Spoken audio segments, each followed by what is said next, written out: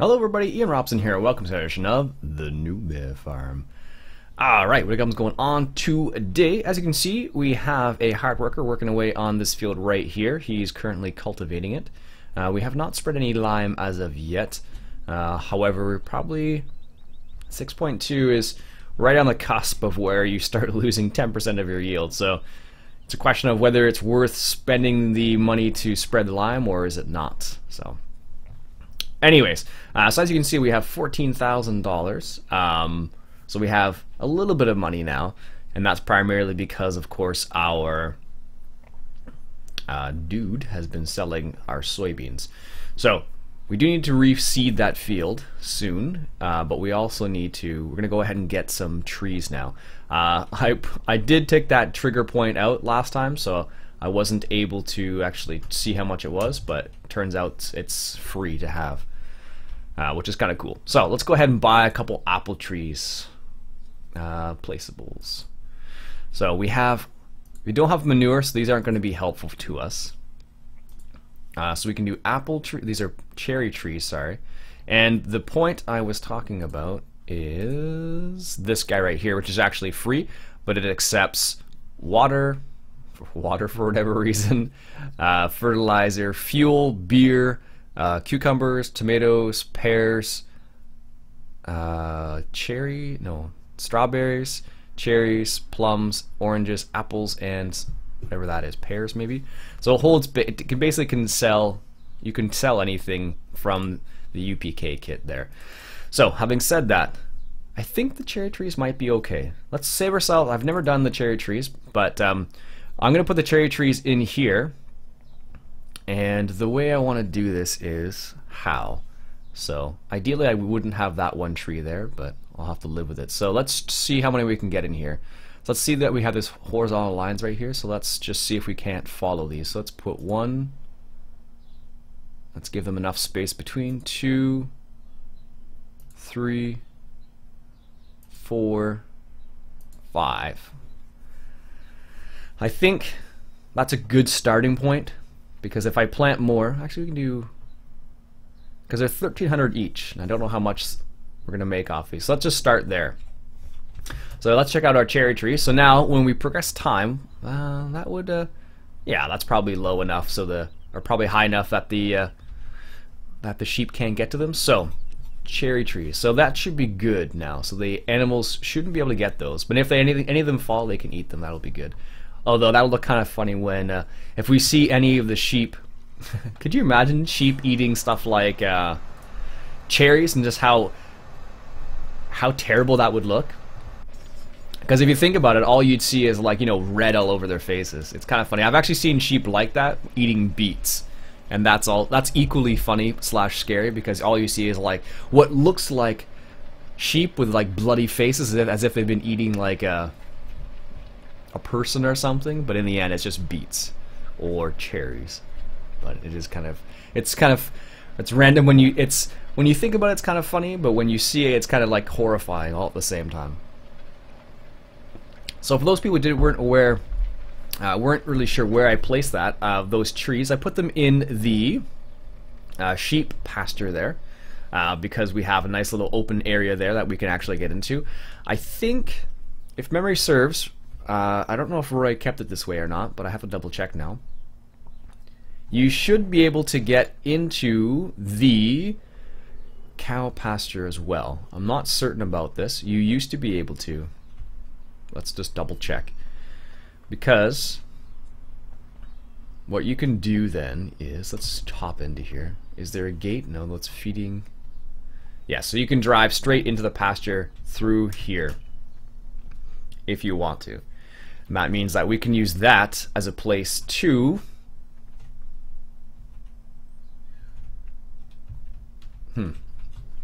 that means we can use that as a place to collect grass if we want to. So we technically have a meadow or a spot. Okay, good. So let's take this guy.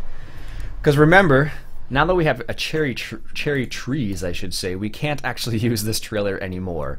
So we actually need to replace it with another trailer. So we need one that can actually carry cherries. So these ones can't. This one can't. This one can. Holy smokes, that carries a lot. This one is only worth. It carries a little bit less than we'd like though. And this one is 6,900 and carries 11,000 liters. So this might be a good choice for us, although it has the silly dolly trailer. But it does carry cherries, is what we're looking for here. This should be the same capacity, but it's not a... So we have, those are the options basically. I don't think we have anything else that will carry everything, unless we go for a truck that we can't actually use yet. Oh, we could actually use that. Ooh, does that, how expensive is that? Is it in trucks maybe? Oh, that's pretty cheap actually. I didn't realize it was that cheap. Where is it? Is it in here? No. It's not in, I know it's not in harvesters. Maybe it's in cars then. Ooh, we could actually use that. And it actually holds 11,000 liters too. Go figure. Tomatoes, cherries, holds milk as well. Cool. And seeds. So we could actually use this, and it's self-propelled, which is nice. So we could use it for other things as well. So if we didn't want to have a tractor busy, we could do that, and we just have enough money for that. Yikes. Ooh. But that does hold enough. So that means we wouldn't need to sell our current trailer, technically, and we could get this, the VW. This is a newer version of it I found. And as you can see, it doesn't say in the description this time. It actually says up here where you can carry. Sure, let's go ahead and get that. Default color, let's go with orange. Alright, so we have $2,000 left. Not very much money.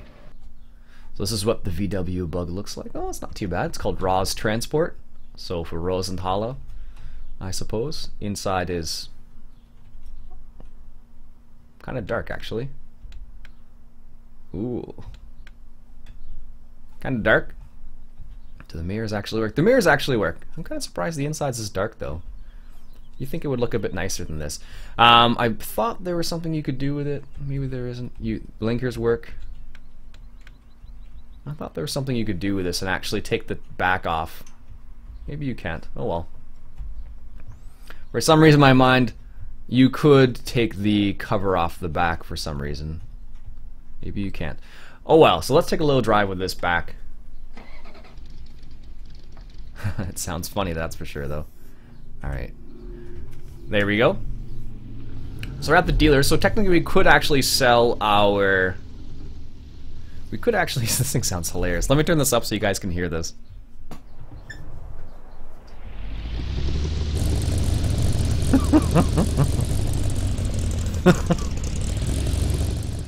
That's too funny.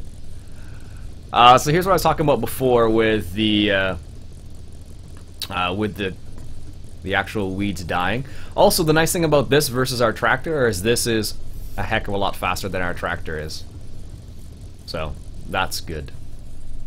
So this thing actually goes 75 kilometers an hour, which is like double the speed of our tractor. So that means we don't have to have it running nearly as much, which is good. And it actually drives really nicely. Speedometer works on the inside. This is nice. It's pretty nimble actually. I'm pretty surprised by this. Wow, that is pretty fast. It's not tipping over, which is nice as well. This is good. Hopefully, by having this, we'll be able to use it for other things as well. So technically, if we come over here, what will happen is eventually we'll be able to come over here and get some cherries using this particular vehicle, a VW Bug. Nice. Alright, anyways, that's enough fiddling around with that. Okay, so we still have this trailer, which is good. What we need to do is... let's come around here. We don't need this course up anymore. We can close that. What we do need to do is spread some lime and also seed our field. So, let's go in cab here. so I can display my horrendous backing up skills. I don't know, I find it easier to back up when I'm in cab than when I'm out of cab, for whatever reason. I don't know if other people feel the same way. Do you feel the same way? Let me know in the comments, I'm kind of curious now. There we go. Drop that there. Okay, so how far along is this guy now? Not as far as I would like. Not as far as I would like, because our money is slowly going down, and we still need to. We don't have anything else we can sell. This is a problem. This is a problem indeed. Actually, is there going to be rain? One of the weird things is that rain actually makes a difference now. Tomorrow. Yeah, so tomorrow we're going to have rain, which is good, because that means the moisture will increase in our fields, which hopefully doesn't increase too much. Let's do one other thing before I forget about it, which is let's buy the placeable sell point, and let's put it somewhere not right by our place, because that would just be way too, in the words of Valley Beast, that's OP. Let's put it, here's the town. Let's put it right here. This seems like a good place. This is the farm shop, I believe. We can actually put it there. So if I rotate this a little bit, oh, that's a weird rotating. Let's put it right here. So let's just imagine you drive in here, and the sell point will be somewhere. Let's make it so it's like right here. Can I put it right there?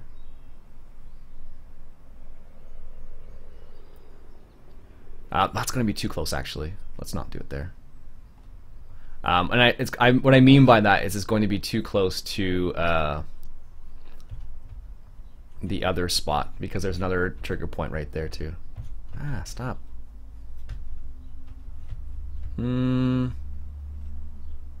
Maybe we'll just put it here, at the other end here. Somewhere around here. There we go. Perfect. So that means, is that going to actually show up on the map now? Looks like it will, yes. Okay, so that means that when we go to sell the cherries, we have to do a little bit of a drive, so it's not just easy. Now technically we can sell water there, and this is a water point right there. For those people who don't know. And I believe that's where the wool pallets come out. I don't think there's a wool collector on this map yet. Maybe there is on the newer ones, I don't know yet, so. Alright, so this guy's chilling out here. We do need to spread lime. I believe we have some lime still. Actually, you know what? Maybe what we'll do is we'll take the hit, and we won't spread lime this time, but we'll spread lime next time. Because our problem's going to be money, and it already is a problem again. We had lots of money when we started off, but now we don't have any money. So what we could do is we could sell the trailer if push comes to shove. And of course I need to refill this thing too now. Great. Alright, so this is what happens when you play on hard and you've been playing on easy for a long time. Everything seems so much more difficult. Alright, so let's lower this. We're good. Alright, so let's refill the seeds. Is that not the seed refill point? Oh, there it is. Well, it's not too bad. Eventually what we would like to do is to be able to get our own seeds. Or make our own seeds, which would probably stop the cost, and also that would allow us to make fertilizer as well. So that will solve that. I don't know how that's going to work with a soil mod, to be honest with you, though. I don't know if it's going to work in the same way, which would be interesting to discover. So what do we want to plant? Do we want to plant soybeans again? Soybeans are the best, followed by canola. So let's do this, this, this. There we go. Soybeans. What other options do we have? Let's take a look at this, because we have quite a few options here. Wheat, barley, corn. I don't want to plant anything that we would normally plant, because that's boring. We can plant oats, which are worth not very much. Rye, which is not worth very much. Sunflowers we could, but I don't think I have the right header for that. Sorghum, which I think grows really quickly. I don't know if I think Roy did that in this map, the growth time. Well, I think he changed it, but I don't know if it makes a difference here yet. Yeah, so these are the options. Here's the ones we don't usually use: spelt, soybeans, sorghum. So this is soybeans, that's oats, that is rye, that is spelt, I believe. That's sunflowers, oats, rye, lime, for whatever reason, that's sunflowers. Can I not, oh, there we go. It's like, where's all the other options? Apparently I can plant sugar beets too. Let's do soybeans again, just because it is the most profitable crop, and this time we can't really afford not to be profitable. So, let's lower the seeder and have at her. Put the four-wheel drive on, that would probably help. Differential locks. It also helps when you turn the seeder on, Iain. There we go.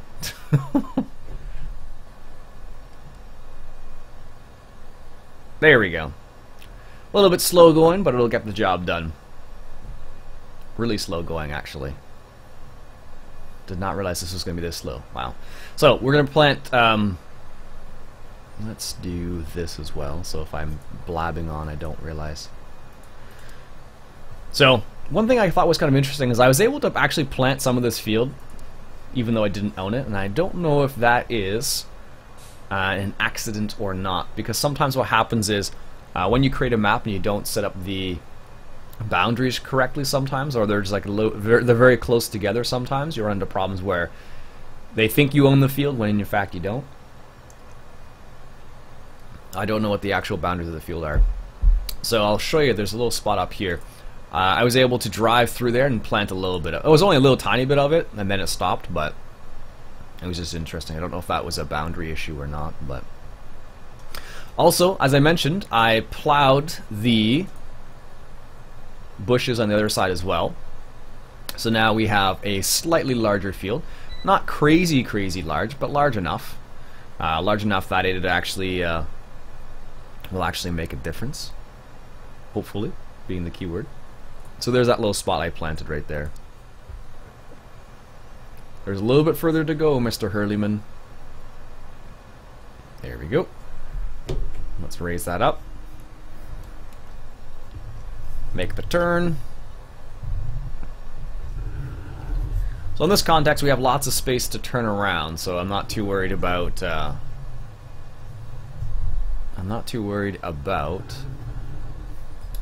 we go. I'm not too worried about you-know-what. So am I actually missing some? No. So as you can, even though it's crooked, which is going to bug me. There we go. That's better. Even though it's crooked, it actually still plants where it's supposed to plant, which is funny. I do like what they did with this. It has like a power hero feature on the front of this, which is really nifty. So as we're driving along, we're looking at the acidity still. So 6.2 is we're going to lose 10% automatically because of that. The nutrients are a bit low as well. So we've got 4. The maximum N nutrient is X5, and PK is X4, I believe.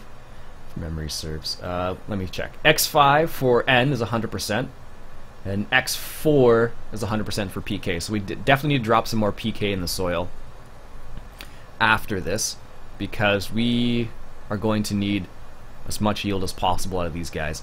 So the moisture is also on the lower side right now, soil moisture of 41%, which is probably going to give us just below 100% yield. So we definitely need to take those things into consideration, because if we don't, we're definitely going to run into problems. Also, I noticed that you can actually do this. You can actually get rid of the HUD. Is it hold? Yes. So you have to press Alt and I, which is the default keys for the information for the soil mod.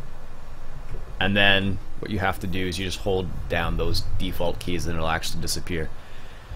I knew there was a way to do it, I just wasn't sure what that way was. And one of the annoying things that I ran into was when I wanted to take screenshots, I had the soil mod up still. Or the information HUD, I should say. And that was kind of annoying, so Alright.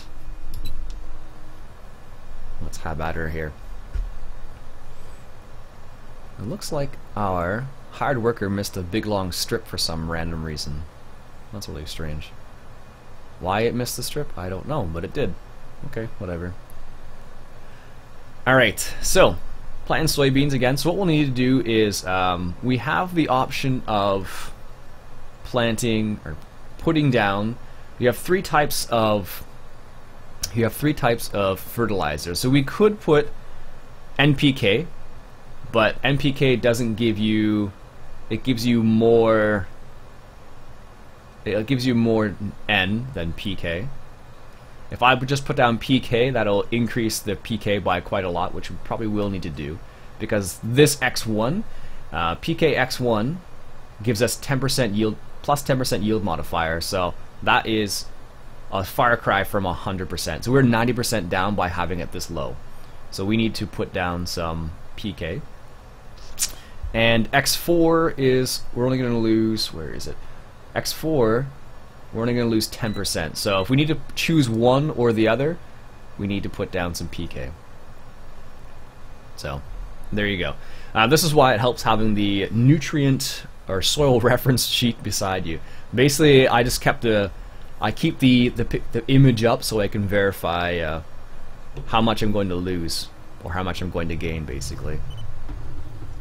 Which in this case appears to be quite a lot. Alright, let's line this guy up here.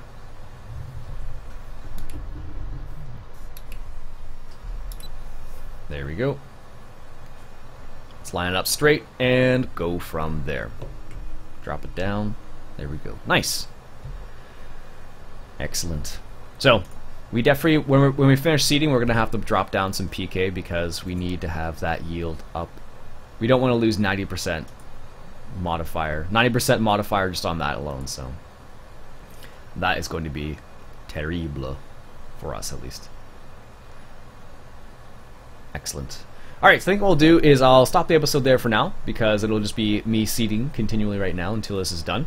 So until then, folks, my name's Iain Robson. I will see you in the next episode. This has been the Newbie Farm, and I'll catch you guys later.